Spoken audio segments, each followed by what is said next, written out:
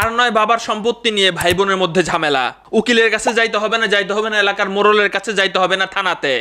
Islamic আইন অনুযায়ী আপনি কতটুকু পান আপনার মোবাইলের ভিতরে সরকার দিয়ে রাখছে, আপনি খেয়ালই করেন নাই। ভিডিওটা আজকে শেয়ার করবেন। আপনি প্লে স্টোরে চলে গিয়ে উত্তরাধিকার অ্যাপটা নামাবেন, অ্যাপটা নামিয়ে ওপেন করেন।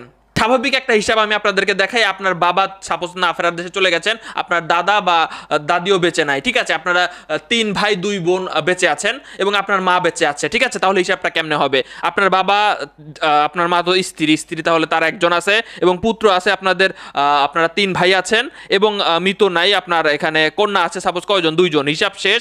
আপনার জমি কতটুকু আছে? সাপোজ এখানে 200% আছে এবং টাকা কত আছে? সাপোজ 20 লাখ টাকা আছে। স্বর্ণ কত আছে? 10 ভরি আছে। ফলাফলে চাপ দিলাম, তাহলে এখানে স্পষ্ট আকারে দেখা যাবে যে কে কতটুকু পাবে। আপনারা এখানে কিছু হিসাব দেখতে পাচ্ছেন, জমির হিসাব। শেয়ার দিয়ে রাখুন, আপনার উপকারে আসবে। আর একটা ব্যাপার বলি, আপনাদের সম্পর্কটা যদি একটু ওলট পালট হয়, সাপোজ আপনার বাবা না ফেরার দেশে চলে গেছেন কিন্তু আপনার বাবার বাবা বা বাবার মা বেঁচে আছে, তারা কিন্তু সম্পত্তির ভাগ পায়।